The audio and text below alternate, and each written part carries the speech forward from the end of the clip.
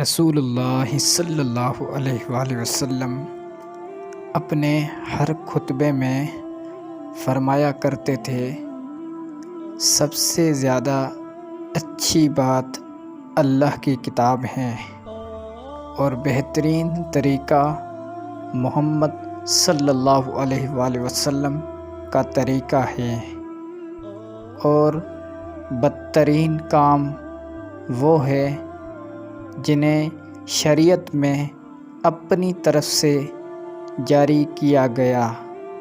हर ऐसा काम बिदअत है और हर बिदअत गुमराही है और हर गुमराही आग में ले जाएगी।